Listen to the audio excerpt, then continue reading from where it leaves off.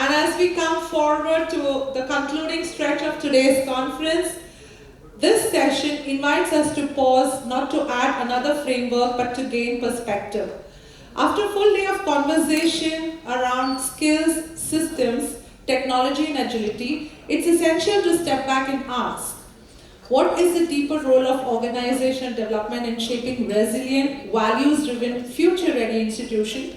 And this special session offers a reflective lens grounded in experience, wisdom, and long-term practice on how OD must evolve to remain relevant and impactful.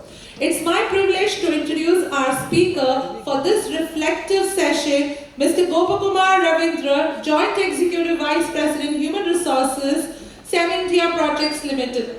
Can we have a round of applause? Put your hands together for Mr. Gopakumar. With over 33 years of rich and diverse experience in human resources, Mr. Ravindran has contributed significantly across talent management, performance systems, learning and development, and HR policy formulation. He brings a rare combination of strategic depth and grounded execution. Academically strong and deeply committed to mentoring future professionals, his journey reflects discipline, perseverance, and excellence. Having notably cleared the UPSC examination 3 times, we are honored to have him share his reflections on the future of organization development, drawing from decades of practice and insight. Put your hands together for Dr. A very good evening to all of you. Know that this is the most difficult session because by the end of the day, everybody wants to go home back.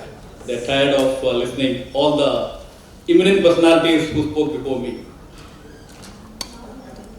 So I liked a statement by Mr. Mishra saying that the more you sweat in the peace, the less you bleed in the war. And the same analogy applies to organizations also basically. You need to work, you need to think over, you need to see, because the future is very disruptive. I come from a defense background basically. My father was in defense, so I generally quote some of the defense analogies actually. You have seen the recent skirmish with our neighboring country, and you can see the paradigm shift what has happened for the defense forces in the last 60 years basically. Today we don't fight wars on foot. Today we fight wars in the air and technical marvels basically. That's what's happening in the industry also today. What is relevant today, tomorrow it is non-relevant, basically irrelevant actually. So I've been given a very tough subject to basically reflecting because HR and the organizational development is very evolving. Things changes very fast here. So if you look at what's happening around, it's basically changing things very fast because I come from an EPC background and somebody from JSW was there, basically very happy to see that because we all come from the EPC background. And EPC background is something which is changing very fast. Today the industry, because any projects by the government cannot exceed more than 36 months. Any projects. It may be a 5,000 crores project or a 10,000 crores project or a 21,000 crores project. That's the guideline by the ministry, to execute fastly in project basically. And we are up against the time to execute those projects at a fast pace. So the subject what is given as a future ready organization, how we are going to have a future ready organization. It's a $1 million question, even I don't know, to be honest. But there are some things which is imperative, there are some things which we need to do. The first thing is basically what I talk about and I think is leadership. The most important thing which is needed is leadership in any organization actually. Whether it is training and development or learning or LNOD, it's the leadership which matters. You see what's happening around the world is basically a crisis in leadership actually. Today what's happening in Middle East or what's happening in Ukraine or any other places, if you look very deeply, is basically wrong leadership. The Middle East crisis, nobody knows the purpose of it. When it happened, it was said that, I was listening to the President of USA talking about that now our purpose is to open the Strait of Hormuz. I don't know when it was closed. It was already open actually. So the whole, the goals have been shifted because they themselves doesn't know what exactly they wanted to do. It happened that just killing the leadership and the country will buckle like Venezuela, it doesn't happen there. And Iranians are known for that actually, they fought hard. So leadership is a very, very important aspect of any organization because in an uncertain future, it is the leadership which holds the fort. I hope you agree with me. It's the leadership which holds the forts basically. It's not just today, tomorrow also we need leadership. And great leaders has proven it time and again.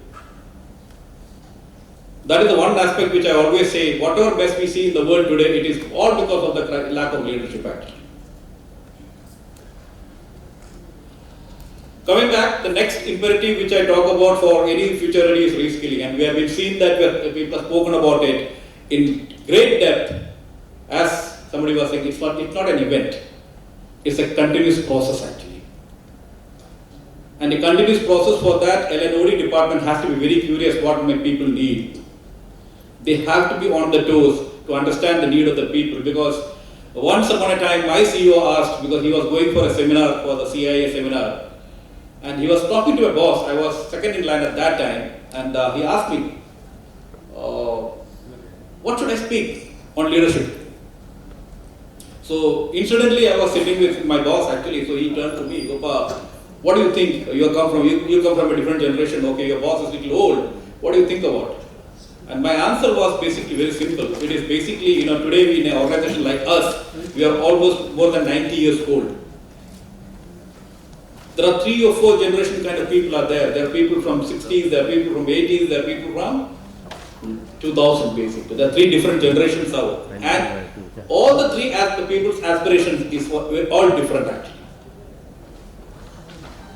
From the people from 70 have a different aspiration level, people from 90s have a different aspiration level, and the new generation have a different aspiration level.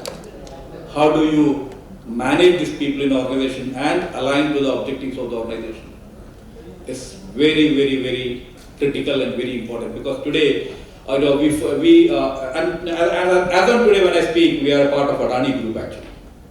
Cemindia is part of an Adani Group. We were basically a Thailand group actually, and now we are in Adani's hand. And their philosophy is very different than catch them young. We don't recruit anybody more than 40, to be honest, nowadays. Because that's how the philosophy of the Adani has evolved. Catch them young, because there we get maximum productivity. So it's very important that skilling and reskilling, because now we have people from 60s, we have people from right from 59, 55. So that's how we can reskill the people and we can make them relevant more. So it's not an event, it is a way of life. Your training and development has to be a way of life, and continuously we keep on having programs, technical programs and behavior programs, so that to adapt to the new situation and the new paradigm. Today the world is moving towards AI and data analytics. That is one more important perspective which can talk is data analytics basically. You don't take decisions by guts, though there's a book by Malcolm Gladwell, The Blind. If you read that book, it is said that almost 90% of the decisions are taken by gut feel. But today, it's not like that. Today we are changing the situation here, and we need analytics for that. Any decisions are based on analytics. Because today the driving, the decision, how the decisions are driven is basically to the numbers, through the past historical data.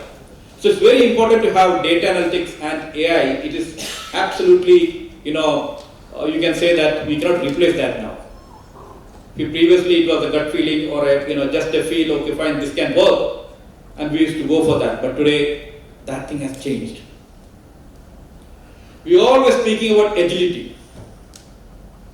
That's in thing, because everywhere you go to the Tata office, Tata projects office or any offices, agility is one thing which is written boldly everywhere. What is this agility? Today you can't take much time. India fought a war of 80 hours. In 80 hours, we achieved the objectives what we wanted actually. 80 hours, just flat 80 hours. And we could do what we wanted actually, and that is agility. We did not take 20 days or 24 days or 1 month fighting a war with release with no purpose. That is agility because the decisions making were so clear, the objectives were so clear in the mind, we knew what exactly we wanted to do. Prioritizing, because it's very important to prioritize yourself and than the rigid hierarchy, because today we talk about only 3 levels of hierarchy in this company. It is not a huge hierarchy or a structure basically we have today. It's more of a very flat organization with 3 hierarchies, CEOs, the next level and the next level. Bus, things are over. So that is the kind of organization structure we are looking at, and that is the kind of agility we are looking at, so that the communications can move fast and the decisions can be taken at a faster pace. Last but not least, the culture. We are speaking on AI. I was right because I just came around an hour back, so I heard some part of the discussions. We are speaking on the AIs and we speak on other skilling, reskilling, etc. But culture is also plays a very important role in an organization. To a future-ready organization, because we are carrying a different generation of people today. You're carrying somebody born in 1990 or 2000, they have a different level of aspiration altogether. You can't change them. You literally can't change them and you can say 9 to 5 bus. No, it's not possible. They have a very different way of working. And I am feeling that being a HR head and working in a company which is 93 years old, it's very challenging because you have old mindset, you have a middle mindset, you have a new mindset basically. इन सब के बीच में समन्वय करना, इनको balance करना is very very important. You have to take care of all these because these are all important cogs of the wheel actually. You need all of these people actually.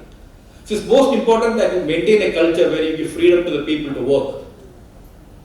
Somebody said about the last panel, empowering. A very powerful word. We need to empower people to the last post. Let me tell you that, otherwise things won't work, because if the CEOs are going to take decisions, agility is gone for a toss. It can't happen like that actually. You need to have empowerment to the last level, and that's the culture you need to build for an organization to move fast. Because till today or till yesterday, we were a sleeping giant, we can say. But with Adani coming in, the entire scenario has changed. There's a paradigm shift in the approach of the company actually. So that is how the ultimate differentiator is your culture. What kind of culture the company has.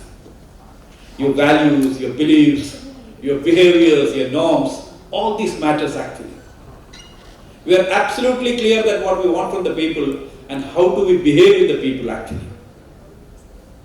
Even you make a mistake, that is acceptable, but you learn from that mistake.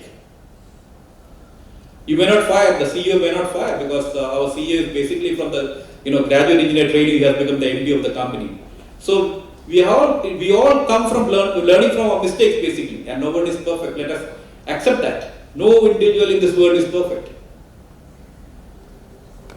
So it is very important that you have to inculcate a right culture, a right atmosphere in the organizations, so that all these generations thrive actually. And they can perform to the maximum. So that is what my submission to the audience here, and that is what my reflection to the people over here, that when you go back to the in your organizations basically, we can look upon these points whereby as a reskilling, data analytics, agility, and culture. Just to revamp what I said actually. So these are the things which we need to understand, and these are the things which we need to implement in the organization. I know that for sure it is there, but you need to look at these 3 generations and how we can mold that into a fighting unit actually. Thank you very much, and Jai Hind.